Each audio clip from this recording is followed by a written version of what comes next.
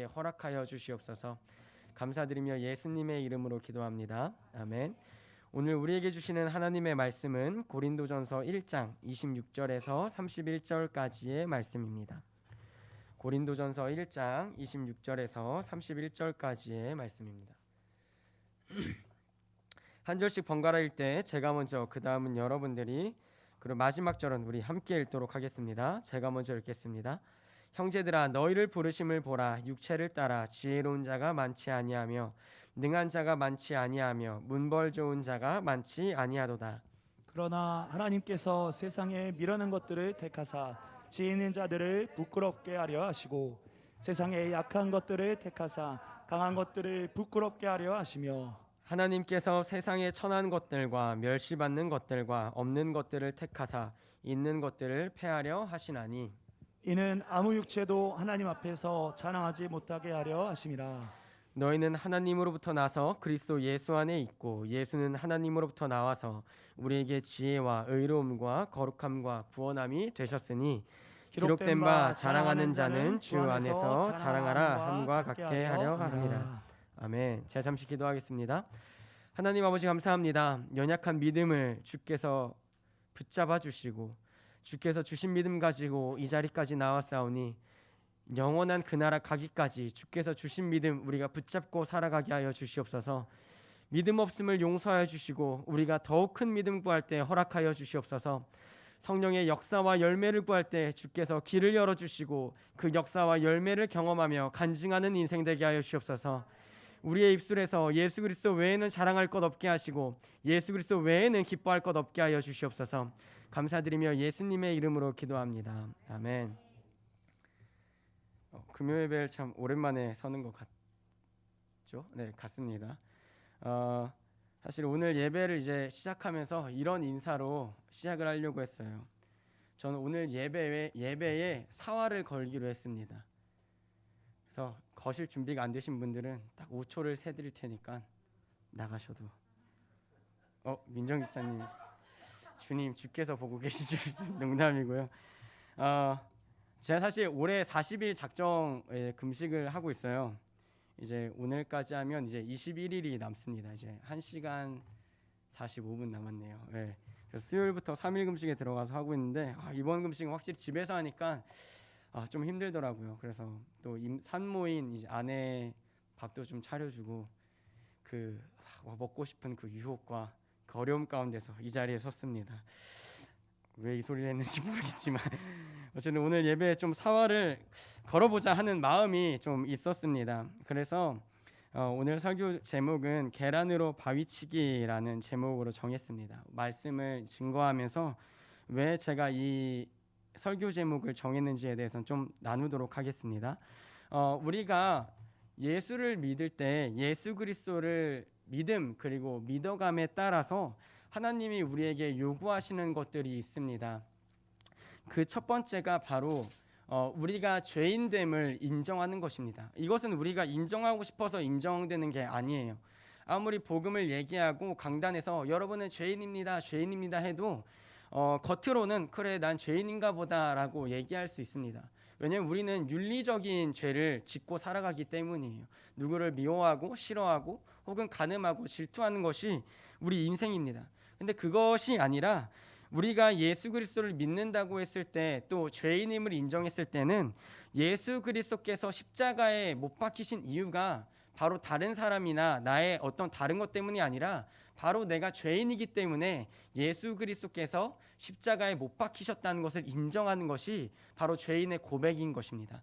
난 죄인이야 이런 그냥 추상적인 얘기가 아니라 2000년 전에 이 땅에 오셔서 십자가에서 죽으시고 다시 부활하신 그분의 사역이 그 어떤 다른 사람 때문이 아니라 바로 나 때문에 이뤄진 사역이라고 믿는 것이 바로 죄인의 고백인 것입니다. 우리는 인생을 살아가면서 우리가 죄인됨을 고백하기가 또 자신의 힘으로 고백하기가 결코 불가능합니다. 절대적으로 불가능해요. 근데 우리 인생에 하나님이 주신 때에 약정하신 그때에 복음이 믿어지게 되고 우리 안에 역사하시는 그 성령께서 우리에게 예수 그리스도의 십자가의 사건을 믿어지시게 하실 때 그때야 비로소 저 십자가가 그냥 내가 머리로만 듣던 십자가가 아니라 정말 나 때문에 이 땅에 오시고 나 때문에 죽으시고 나를 위하여 예수 그리스도께서 부활하셨구나, 이것이 믿어지는 것이 바로 복음이라는 것입니다. 그래서 우리는 그저 입술로 죄인입니다라고 고백할 수는 있지만 그 마음에 진실된 고백은 없을 수 있습니다. 또한 반면에 우리 입술로는 고백하지 않아도 내가 예수 그리스도의 십자가를 대할 때마다 찔림과 그 마음의 괴로움이 있을 때 우리는 입술로 고백하진 않더라도 우리가 정말 예수 그리스도 앞에서 나는 정말 죄인이구나, 나 같은 죄인 때문에 예수 그리스도께서 죽으셨구나라는 것을 고백하는 자마다 하나님은 그 사람을 신자 혹은 성도로 일컬어 주신다는 것입니다. 고린도전서 1장 18절은 이렇게 기록하고 있습니다. 십자가의 도가 멸망하는 자들에게는 미련한 것이요 구원을 받는 우리에게는 하나님의 능력이라. 아멘. 십자가가 분명히 우리 앞에 서 있습니다. 근데 멸망되기로, 유기되기로 작정된 자들에게는 그것이 너무나 미련하다는 거예요. 우리의 예로 들어볼까요? 이 좋은 시간, 이 좋은 저녁에 우리는 이 자리에 나와서 이제 갓 30살이 된 전도사의 말을 듣고 있어요. 이 얼마나 시간 낭비입니까? 한 분이 끄덕이고 계시는데 제 친구들이 이런 질문을 하더라고요. 김희원 집사님이라는 분이 누구야? 그래서 앞으로 희원 집사님 거론하지 않기로 했습니다. 괜히 다른 사람들이 이때 선입견을 가질 수 있기 때문에 한 분이 끄덕거렸다는 것만 이렇게 인칭대명사로 그녀가 끄덕거렸다, 이렇게 농담이고요. 십자가가 우리 앞에 있을 때에 우리는 예수를 믿지 않고 예배에 나온다는 것은 굉장히 미련한 짓이에요. 시간과 힘을 다 쏟아야 됩니다. 그 힘으로 차라리 내 성공을 위해서 투자했다면, 이 시간을 나의 기쁨 되는 시간으로 투자했다면 더욱 유익하기 때문이에요. 근데 이 시간에 우리가 왜 나와서 세상 사람들이 보기에 미련한 짓을 하고 있습니까? 이 십자가의 길이 유일하게 구원받을 수 있는 길이기 때문이에요. 그래서 우리의 가치가, 이 땅에서 사는 사람들은 이 땅에서 있는 가치를 원하고 바라고 살기 때문에 십자가를 바라본다는 것은 굉장히 어리석은 일입니다. 멍청한 일이에요. 눈에 보이지도 않는 것을 붙잡고 따라간다고 생각하는 길이에요. 근데 구원을 받는 우리에게는 이 십자가가 유일한 하나님의 능력이라는 겁니다. 이 세상의 것을 이길 수 있는 유일한 능력이에요. 그래서 우리는 오해하지 말아야 됩니다. 우리가 어떤 힘이나 능력이 있어서 예수를 믿는 게 아닙니다. 그 십자가 때문에 우리가 예수를 믿고 있는 것입니다. 그 십자가 때문에 우리는 멋지게 하나님 앞에서 맞습니다, 주님, 저는 죄인입니다 라고 고백할 수 있는 것입니다. 그 십자가 때문에 우리는 오늘 이 자리에서 예배를 드리고 있는 것입니다. 오늘 우리가 나눈 본문인 고린도전서 1장 26절 31절을 읽으면 이렇게 돼 있어요. 형제들아, 너희를 부르심을 보라.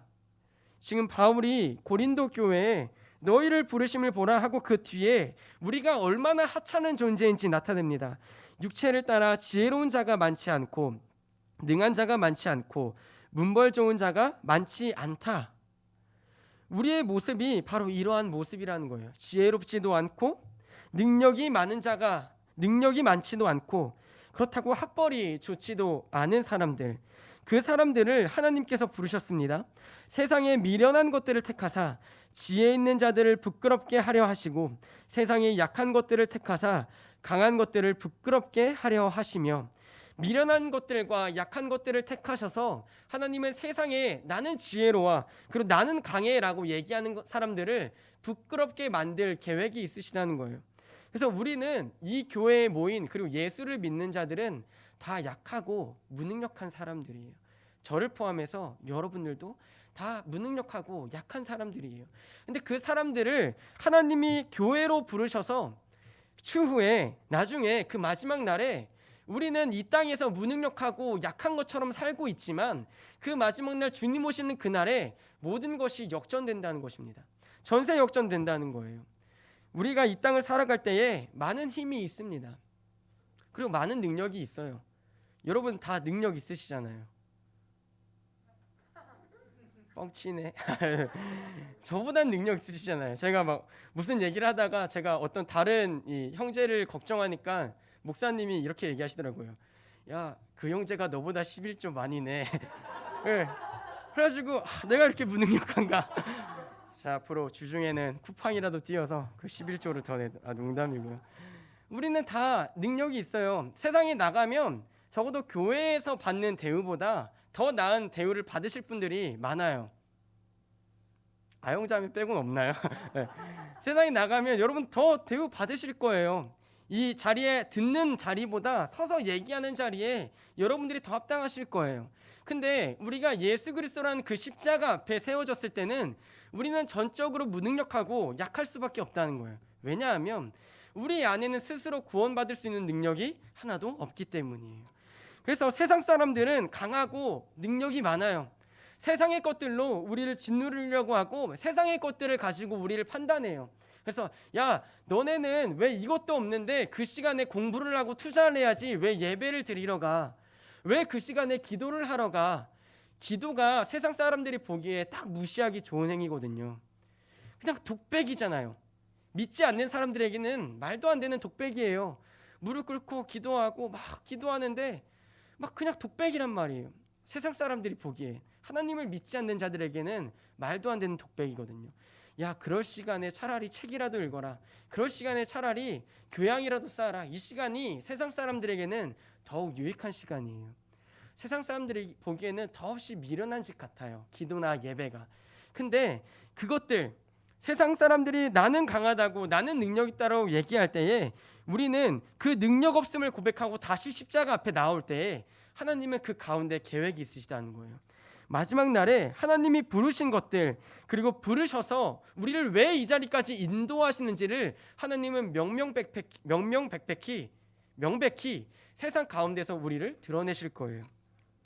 하나님께서 세상에 천한 것들과 멸시받는 것들과 없는 것들을 택하사 있는 것들을 폐하려 하시나니 이는 아무 육체도 하나님 앞에서 자랑하지 못하게 하려 하심이라. 그 이유가 무엇입니까?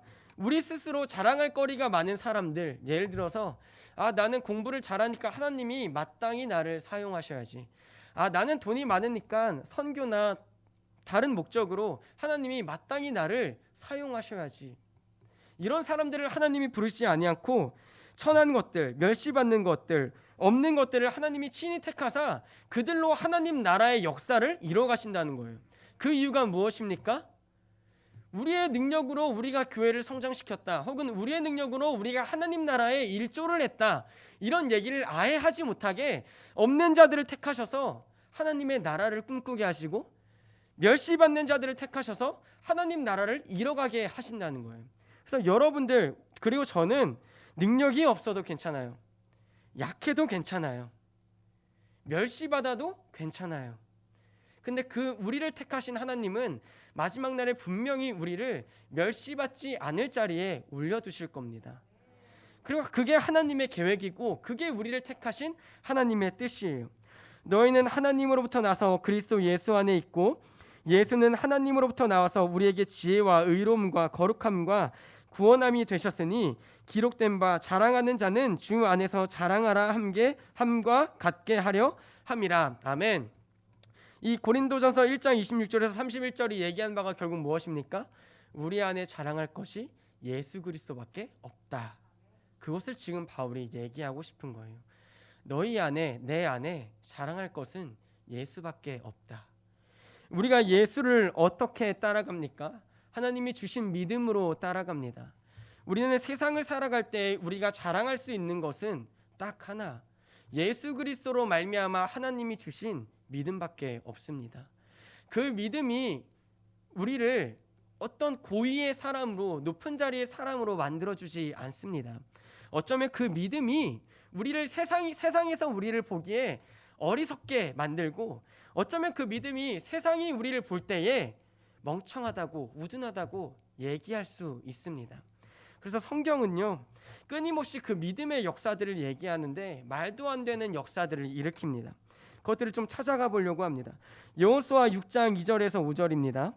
여호와께서 여호수아에게 이르시되 보라, 내가 여리고와 그 왕과 용사들을 내 손에 넘겨주었으니 너희 모든 군사는 그 성을 둘러 성 주위를 매일 한 번씩 돌되 엿새 동안을 그리하라. 제사장 7은 7양각 나팔을 잡고 언약궤 앞에서 나아갈 것이요, 7째 날에는 그 성을 7번 돌며 그 제사장들은 나팔을 불 것이며 제사장들이 양각 나팔을 길게 불어 그 나팔 소리가 너희에게 들릴 때에는 백성은 다 큰 소리로 외쳐 부를 것이라. 그리하면 그 성벽이 무너져 내리리니 백성은 각기 앞으로 올라갈지니라 하시매. 지금 이 여호수아와 이스라엘 백성들에게 하나님이 어떤 요구를 하십니까? 야, 싸움할 준비됐지? 칼을 들고 방패를 들어라 라고 얘기하시는 게 아니라 그 성을 돌라는 거예요. 그리고 마지막 날에는 7바퀴를 돌고 소리를 크게 지르래요. 하실 분 있으세요? 저는 이때 제가 이스라엘 백성이면 마지못해 돌 것 같아요. 마지못해, 그 군중 심리 때문에 마지못해 하나님을 믿어서 도는 것이 아니라 마지못해 나는 어디 지파에 속해 있으니까 나만 안 돌면 이상하니까 돌아야겠다고 돌 것 같아요. 근데 하나님이 원하시는 건 우리가 그 성을 돌라는 거예요. 우리의 힘과 능력으로 했다는 게 아니라 하나님이 이미 모든 걸 얘기해 주셨어요. 그리하면 그 성벽이 무너져 내리리니, 우리의 힘으로 우리의 능력으로 싸워서 이 성을 쟁취해냈다가 아니라 하나님의 말씀과 그 믿음을 따라갔을 때 이 성벽이 무너지고 강하다고 일컬어지는 여리고를 정복하는 그 믿음의 소망을 하나님이 지금 말씀으로 여호수아와 이스라엘 백성에게 주시는 거예요. 우리는 말씀을 오래 듣다 보니까 여호수아가 돌았나 보다, 이 돌았다가 아니라 이 성벽을 돌았나 보다, 이스라엘 백성이 돌았나 보다, 순종했나 보다, 이렇게 하고 넘어가는데, 좀만 객관적인 입장으로 보면 여러분이 여리고 성의 군사라고 한번 생각해 보세요. 이 성벽에 서서 갑자기 이스라엘 백성이 막 전쟁할 것처럼 막 나오더니 뛰어나오더니 갑자기 성문으로 달려오는 게 아니라 성을 돌기 시작해요. 첫날에 한 바퀴 돌고 다시 하고 돌아가고, 둘째 날에도 하고 뛰어났다가 한 바퀴 돌고 다시 돌아가고, 그거를 6일 반복하고 마지막 날에는 쭉 돌다가 마지막에 성벽을 지르는데, 이 여러분이 여리고 군사라면 어떻게 생각하시겠어요? 쟤네 진짜 돌았네, 쟤네 돌았나 보다 생각할 거예요. 근데 그것을 원하신 분이 누구세요? 바로 하나님이시라는 거예요. 하나님이 원하실 때 우리의 반응은 믿음으로 말미암아 옵니다. 그리고 하나님이 누구신가를 믿고 따라가는 게 우리의 믿음의 행함의 열매로 맺히는 거예요. 다니엘 3장 16절 20절도 보겠습니다. 사드락과 메삭과 아벳느고가 왕에게 대답하여 이르되, 느부갓네살이여, 우리가 이 일에 대하여 왕에게 대답할 필요가 없나이다. 왕이여, 우리가 섬기는 하나님이 계시다면 우리를 맹렬히 타는 풀무불 가운데서 능히 건져내시겠고 왕의 손에서도 건져내시리이다. 그렇게 하지 아니하실지라도 왕이여, 우리가 왕의 신들을 섬기지도 아니하고 왕이 세우신 금 신상에게 절하지도 아니할 줄을 아옵소서. 느부갓네살이 분이 가득하여 사드락과 메삭과 아벳느고를 향하여 얼굴빛을 바꾸고 명령하여 이르되, 그 풀무불을 뜨겁게 하기를 평소보다 7배나 뜨겁게 하라 하고 군대 중 용사 몇 사람에게 명령하여 사드락과 메삭과 아벳느고를 결박하여 극렬히 타는 풀무불 가운데에 던지라 하니라. 아멘. 이 사드락과 메삭과 아벳느고는 포로로 잡혀왔는데 나름 성공하고 있는 인생을 살고 있었어요. 이 왕의 통치 가운데서. 근데 이 왕이 어느 날 이런 명령을 내린 거예요. 내가 만든 금 신상에게 절하지 않는다면 풀무불에 던져버리겠다, 그리고 화형을 시키겠다, 이 얘기를 합니다. 이 자리에서 우리의 선택지는 둘 중 하나겠죠. 절하거나 절하지 않거나. 그 선택지는 두 가지밖에 없어요. 근데 이 사드락과 메삭과 아벳느고가 왕에게 와서 우리의 살아계신 하나님, 우리가 믿는 하나님이 계시다면 우리를 풀무불에서 건져내 주실 것입니다, 그리고 왕의 손에서도 건져내 주실 것입니다 라고 고백합니다. 이 대답이 세상이 보기에는 가장 어리석은 대답입니다. 믿음 없이는 할 수 없는 대답이에요. 첫 번째로 하나님이 우리를 구원해 주실 것이다 라는 믿음 없이는 이들은 절할 수밖에 없을 거예요. 이 믿음이 없다면 우리는 절할 수밖에 없어요. 근데 이 세 친구의 믿음이 하나님께 있을 때에 나를 던져도 우리가 믿는 그 하나님이 우리를 건져내실 것입니다 라고 고백합니다. 그리고 그렇게 하지 않더라도 우리는 결코 우상 숭배할 수 없습니다. 그 결과가 무엇입니까? 이 세 사람의 믿음을 보고 이 왕이 이처럼 믿음이 좋은 사람들은 못 봤다, 너희는 봐주겠다, 이렇게 얘기하지 않아요. 그들에게 노하여서 불을 7배나 더 뜨겁게 하고 그 가운데 던져버려 라고 얘기합니다. 그게 믿음의 결과예요. 믿음으로 고백한 새 친구의 결과예요. 결과적으로 그 불에 던져졌을 때 그 가운데 불타지 않는, 머리카락 한 올도 타지 않고 이 새 친구의 믿음으로 말미암아 이 느부갓네살 왕이 너희의 하나님은 참 하나님이시다라고 고백하는 사건이 일어납니다. 우리가 이 사건을 그냥 책으로 혹은 성경책으로 읽을 때에 그냥 새 친구는 그랬나 보다라고 얘기하고 쉽게 넘어갈 수 있겠지만, 여러분들이라면 어떻게 되겠습니까? 만약 여러분의 이 믿음 하나 때문에 우리의 모든 가족이 풀무불에 던져질 일이 생긴다면, 우리의 믿음은 과연 이 세 사람처럼 쉽게 고백하진 않겠지만 나는 그렇게 할 수 없습니다라고 고백할 수 있겠습니까? 다니엘 6장에도 이렇게 기록되어 있습니다. 다니엘이 이 조서에 왕의 도장이 찍힌 것을 알고도 자기 집에 돌아가서는 윗방에 올라가 예루살렘으로 향한 창문을 열고 전에 하던 대로 하루 3번씩 무릎을 꿇고 기도하며 그의 하나님께 감사하였더라. 그 무리들이 모여서 다니엘이 자기 하나님 앞에 기도하며 간구하는 것을 발견하고 이에 그들이 나아가서 왕의 금령에 관하여 왕께 아뢰되, 왕이여, 왕이 이미 금령에 왕의 도장을 찍어서 이제부터 30일 동안에는 누구든지 왕 외에 어떤 신에게나 사람에게 구하면 사자굴에 던져 넣기로 하지 아니하였나이까 하니, 왕이 대답하여 이르되 이 일이 확실하니 메대와 바사에 고치지 못하는 규례니라 하는지라. 아멘.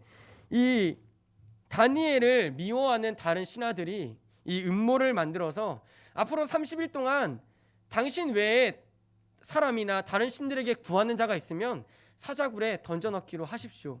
왕은 자기를 높이는 일이니까 도장을 찍고 전국에 이 조서를 내린 거예요.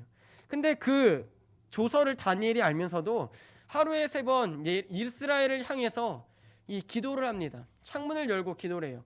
그 모습을 보고 이 신하들이 왕에게 이른 장면이 오늘의 장면이에요.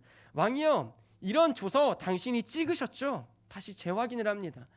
왕이 아무도 바꿀 수 없어 라고 확증까지 해요. 이제 다니엘은 도저히 빠져나갈 수 없는 굴레에 빠지게 된 것입니다.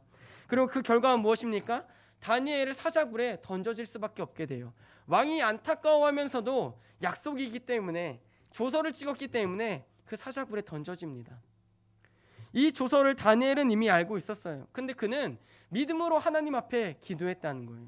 위의 세 친구는 믿음으로 말미암아 우상 숭배하지 않았어요. 여호수아는 믿음으로 말미암아 여리고성을 미련한 방법으로 돌았습니다. 사무엘상 17장 8절에서 10절에도 미련한 사람이 한 명 나옵니다. 그가 서서 이스라엘 군대를 향하여 외쳐 이르되 너희가 어찌하여 나와서 전열을 벌였느냐? 나는 블레셋 사람이 아니며 너희는 사울의 신복이 아니냐? 너희는 한 사람을 택하여 내게로 내려보내라. 그가 나와 싸워서 나를 죽이면 우리가 너희의 종이 되겠고, 만일 내가 이겨 그를 죽이면 너희가 우리의 종이 되어 우리를 섬길 것이니라. 그 블레셋 사람이 또 이르되 내가 오늘 이스라엘의 군대를 모욕하였으니 사람을 보내어 나와 더불어 싸우게 하라 한지라. 이 말씀은 이 골리앗의 말입니다. 골리앗이 블레셋과 이스라엘이 전쟁할 때 골리앗이 너무나 이 거대한 장수고 힘이 강한 장수다 보니까 이런 모욕을 받는데도 이스라엘 진영에서는 아무도 함부로 나설 수가 없는 거예요. 근데 이 사건에서 누가 나타납니까? 다윗이 나타나서 이 말을 듣고 분개합니다. 그리고 나는 하나님의 이름으로 싸운다라고 외치며 물맷돌을 던질 때에 골리앗이 쓰러집니다. 골리앗과 다윗은 소년이고 골리앗은 프로예요. 전쟁의 프로예요. 블레셋에서 가장 대빵가는 싸움 1위입니다. 그러니까 나와서 얘기하겠죠. 야, 너네 팀에서 한 명, 우리 팀에선 나. 싸워서 이기는 사람, 그리고 지는 사람, 이렇게 딱 갈라지면 지는 사람이 이기는 사람의 종이 되자. 이 말을 왜 골리앗이 했겠어요? 자신 있다 이거죠. 야, 니네 팀에서 누가 나오든 나는 이길 자신이 있어. 근데 한 소년이 나와서 하나님을 모욕하는 그 골리앗에게 나와 칼과 창도 아니고 물맷돌 하나로 골리앗을 쓰러뜨립니다. 세상에서 우리 교회를 보면요, 세상에서 예수 믿는 사람을 보면요, 어떻게 보면 가장 허풍이 많은 사람이고요, 어떻게 보면 가장 미련한 사람이에요. 근데 그 이유가 뭐예요? 딱 2글자. 믿음 때문에 우리는 미련해요. 믿음 때문에 우리는 세상이 보기에 아둔하고 어리석어 보여요. 믿음 때문에 우리는 말도 안 되는 일에 뛰어갈 때가 있어요. 믿음 때문에 여호수아와 이스라엘은 성을 돌았습니다. 믿음 때문에 이 다니엘의 세 친구는 풀무불에 던져졌어요. 믿음 때문에 다니엘은 사자굴에 던져졌습니다. 믿음 때문에 다윗은 그 아무도 이길 수 없다라고 생각했던 골리앗 앞에 뛰어나갔습니다. 사사기 7장 14절 15절에도 이 사람이 기록되어 있습니다.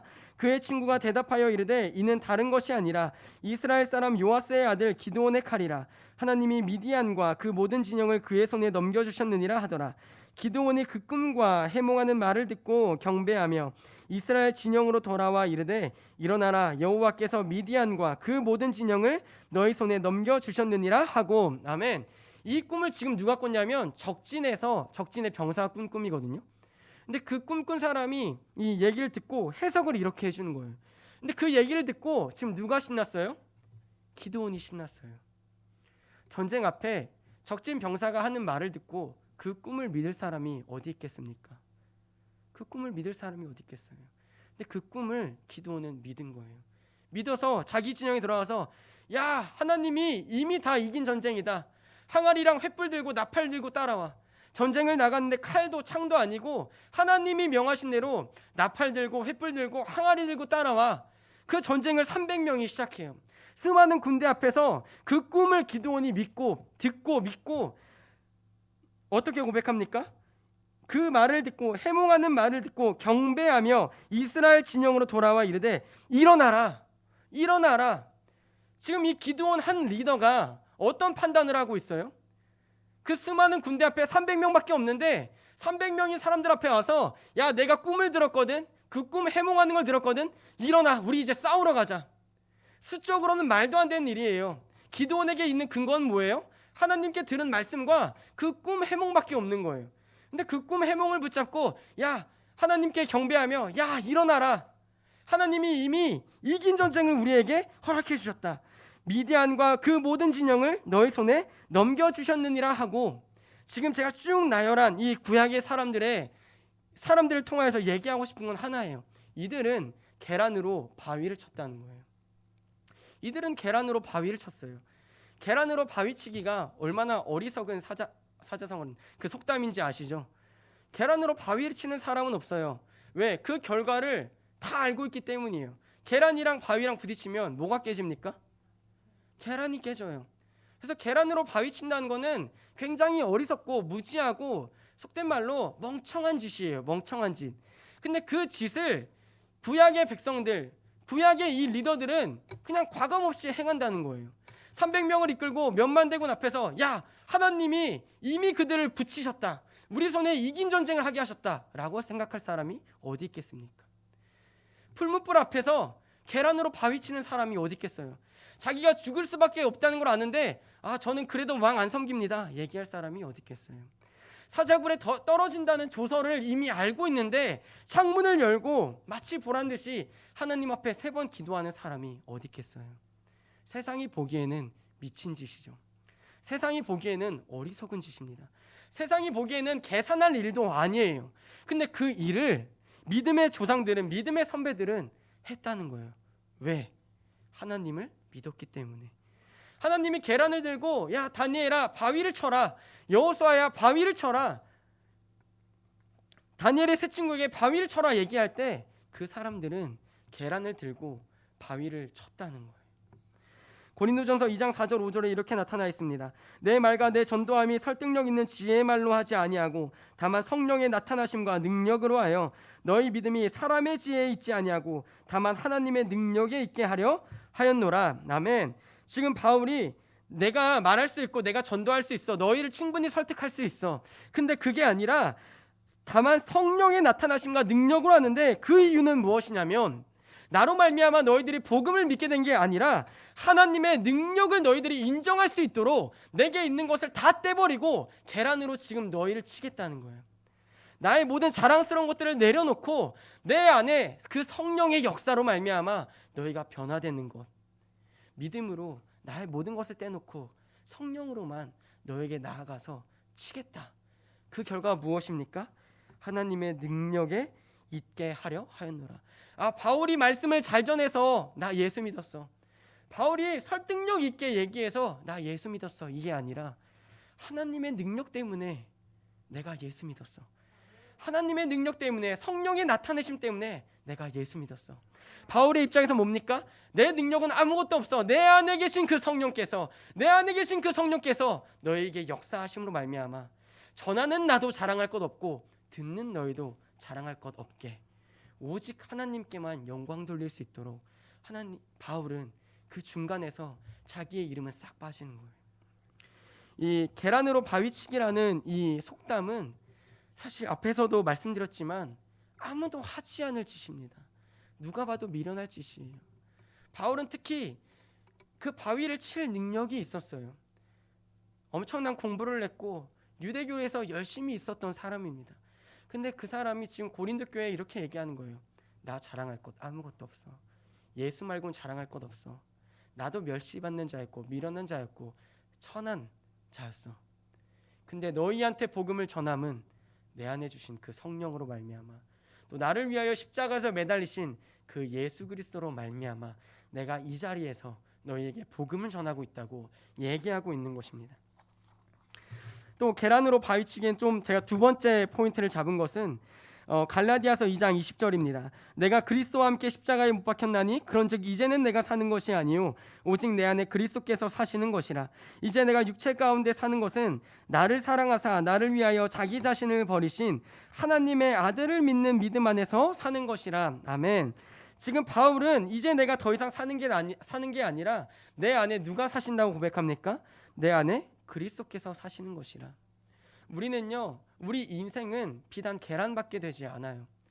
우리 인생은 계란밖에 되지 않습니다. 세상이란 바위에 부딪히거나 예수 그리스도라는 바위에 부딪힐 수밖에 없어요. 이 세상을 살아갈 때에 나라는 자아가 깨지지 않으면 예수는 내 안에서 살 수가 없습니다. 그래서 하나님은 오늘 예수 그리스도라는 반석에 나라는 계란을 던지기를 원하시는 것 같아요. 내가 그 바위에 부딪혔을 때 그 결과가 무엇입니까? 산산조각 날 수밖에 없습니다. 산산조각 날 수밖에 없어요. 근데 그것이 생명길이라고 하나님은 얘기하시는 거예요. 그것을 바울은 안 거예요. 그래서 나는 이제 더 이상 나는 깨진 계란과 같아. 내 안에 이제 내가 사는 것은 난 이제 그리스도 안에서 바위로 살아가는 것밖에 없다라고 얘기합니다. 디모데후서 2장 1절에서 4절에도 이렇게 3절 4절만 우리가 함께 읽겠습니다. 너는 그리스도 예수의 좋은 병사로 얼매 있는 자가 하나도 없나니 이는 병사로 모집한 자를 기쁘게 하려 함이라. 아멘. 예수의 좋은 병사로 나와 함께 고난을 받으라 라고 얘기하고 있습니다. 그 이유는 무엇입니까? 병사로 복무하는 자는 자기 생활에 얼매인 자가 없고 얼매이지 않는 이유가 무엇입니까? 모집한 자를 기쁘게 하려 함이라. 이 바울의 말이 말씀으로 읽을 땐 정말 단순하고 쉬워 보여요. 그냥 좋은 병사로 훈련받아라, 좋은 병사로 나를 따르라 라고 얘기하는데 우리 인생의 기쁨이 이제 우리 자신에게는 없는 거예요. 우리 인생의 행복의 요건이 내가 맛있는 것, 내가 좋은 가정을 차리는 것, 좋은 직장에 가서 좋은 연봉을 받는 것, 이것에 이제 기쁨이 아니야. 그것을 다 잘라내고 나를 부르신 그 하나님을 기쁘게 하는 것만이 유일한 우리 인생의 목적이라고 얘기하는 거예요. 병사에는 자아가 없어요. 기상나팔이 울리면 일어나야 돼요. 잘 시간이 되면 무조건 자야 돼요. 훈련받을 시간에 내 인생 스케줄에 저는 훈련받을 생각이 없었습니다 라고 얘기해도 병사는 훈련받으려고 뛰어가야 돼요. 군장을 메고 뛰어가야 돼요. 상관에게 복종해야 되는 게 병사의 모든 의무예요. 근데 그 인생 가운데 바울은 자신의 아들 같은 사람에게 지금 권면하고 원하고 있는 거예요. 나와 같이 이 길로 걸어가라 라고 얘기하는 거예요. 예수를 믿는 게 결코 쉽지 않습니다. 날이 갈수록 쉽지 않은 것 같아요. 근데 그 자리에 우리를 부르신 그분 때문에 우리는 나아가는 거예요. 혹시 여러분 가운데 이 말씀이 부담스러우실 거예요. 아, 예수를 믿는다는 건 내가 박살내고 내가 무너지고 내가 마치 병사처럼 예수님이 이리로 가라 그러면 이리로 가고 저리로 가라 그럼 저리로 가야 하는 인생입니까? 네, 맞습니다. 맞아요. 근데 그 이유를 살펴봐야 돼요. 그냥 예수님이 아무것도 없이 야 대현아 일로 가 절로 가 그렇게 얘기하신 게 아니라 이미 예수님은 나라는 죄인 때문에 자신의 인생을 모두 다 쏟아내셨거든요. 하나님이 이 세상에 오셔서 피조물 때문에 십자가에서 죽으신다는 것은 그 누가 봐도 계란으로 바위치기예요. 누가 봐도 어리석은 일이에요. 누가 봐도 멍청한 짓이에요. 근데 그 멍청한 짓을, 그 미련한 일을, 세상에선 비웃을 일을 하나님은 친히 행하셨어요. 우리 인생이 가치도 없고 의미도 없는데 그 인생의 가치와 의미가 되어주시려고 이 땅에 오셔서 우리가 죄인으로 지옥에 가는 것, 사랑하는 자녀들이 영원한 심판 가운데 버려지는 것 볼 수 없어서 하나님은 인생 일대에 있어서, 자신의 영생 일대에 있어서 가장 어리석고도 미련한 일을 행하십니다. 그게 바로 예수 그리스도께서 십자가에서 죽으신 거예요. 근데 우리는 그것을 잊을 때가 많아요. 그래서 그것이, 그 은혜가 잊혀지면 하나님이 원하시는 그 요구들이 부담스럽고 어려워져요. 숨이 턱턱 막혀요. 여러분 얘기를 하는 게 아니라 제 얘기를 하는 거예요. 제게 은혜가 떨어질 때마다 숨이 턱턱 막혀요. 월요일날 하늘문 가면 뭘 그렇게 죽으라고 하시는지, 살아있는데 어떻게 죽어요? 안술하신데 주를 위해 죽어, 복음 위해 죽어. 그때 고백은 되죠. 주님 죽겠습니다. 근데 안 죽어지는 거예요. 안 죽어지는 거예요. 십자가 따라 살라고 하는데 십자가가 안 짊어지는 거예요. 이게 도저히 내게 기쁨이 되지 않는 거예요. 숨이 턱턱 막혀요. 누가복음 9장 23절에 이렇게 기록되어 있습니다. 또 무리에게 이르시되 아무든지 나를 따라오려거든 자기를 부인하고 날마다 제 십자가를 지고 나를 따를 것이니라. 이걸 자기 부인이라고 얘기하는데요, 되지가 않아요. 어리석은 짓을 하고 싶지가 않은 거예요. 앞에 믿음의 선배들처럼 계란으로 바위칠 생각이 없는 거예요. 그걸 볼 때 내가 믿음이 정말 작구나, 간신히 붙어있을 믿음밖에 없구나, 그 생각밖에 안 드는 거예요. 근데 어떻게 목숨까지 드릴 믿음이 제 안에 있겠어요? 베드로전서 2장 6절 8절입니다. 우리 함께 한 목소리로 읽겠습니다. 성경에 기록되었으되 택한 보배로운 모퉁이 돌을 시온에 두노니 그를 믿는 자는 부끄러움을 당하지 아니하리라 하였으니 그러므로 믿는 너희에게는 보배이나 믿지 아니하는 자에게는 건축자들이 버린 그 돌이 모퉁이의 머릿돌이 되고 또한 부딪히는 돌과 걸려 넘어지게 하는 바위가 되었다 하였느니라. 그들이 말씀을 순종하지 아니하므로 넘어지나니 이는 그들을 이렇게 정하신 것이라. 아멘. 지금 이 본문을 보면 이 택자와 택하지 않은 자, 믿는 자에게는 보배로운 모퉁이 돌이 되지만 믿지 않는 자에게는 부딪히는 돌이 된다고 기록되어 있어요. 근데 이 두 가지 마음이 제 안에 항상 충동적으로 일어나는 거예요.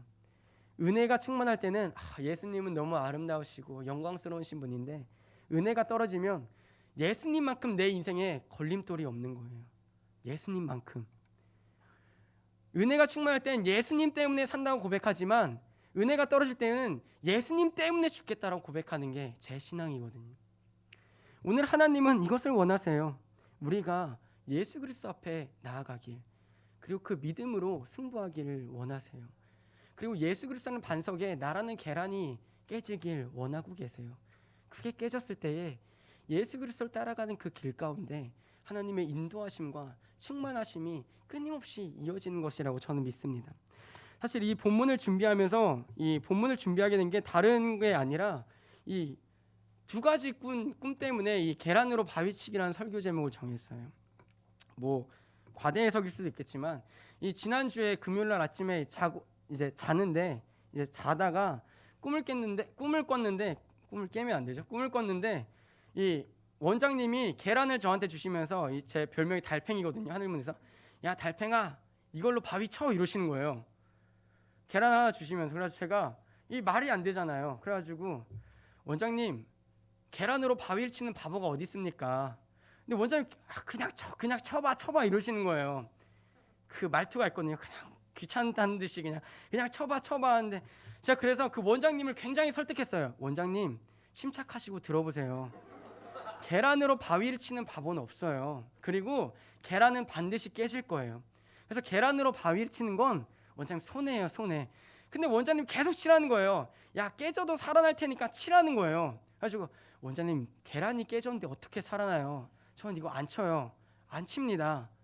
그리고 끝까지 안 치고 깼어요. 그래가지고 근데 정말 놀랍게도요, 그 꿈을 꾸고 이제 잠에서 깨고 나서 극심한 번아웃이 찾아온 거예요. 막 영이 마르는 듯한. 그래서 그 하루 막 금요일 와서 예배 와도 뭐 회복이 안 되고 다음 날 이제 토요일까지 막 사역을 관두고 싶은 거예요. 내가 왜 사역을 할까 지금? 믿음도 없는 것 같은데 내가 왜 사역을 할까? 그리고 막 내가 왜 원장님은 왜 꿈에서 괜히 계란 치라고 바위를 칠 거면 포크레인 한 대를 불러주셔야지 왜 계란을 치라고 나오셔가지고 찝찝하게 나를 이렇게 만드셨을까? 그리고 이제 일을 하다가 아내 일 도와주다가 이 저녁에 잠깐 잠을 잤는데 제가 이 설교 강사에서 제가 설교를 하고 있는 거예요. 설교를 하고 있고 제가 한 지원잠에 앉아 있는 자리쯤에서 좀 보는 시점이었어요. 근데 이건 꿈에서 제가 설교한 겁니다. 꿈에서 오해하시면 안 돼요. 꿈에서 제가 설교를 하는데 정말 불같이 설교하는 거예요. 어떻게 설교하냐면 계란으로 치라면 쳐야지 뭔 말이 그렇게 많으세요? 그냥 치세요. 치시라는 이유가 있겠죠. 왜 이렇게 믿음이 없으세요?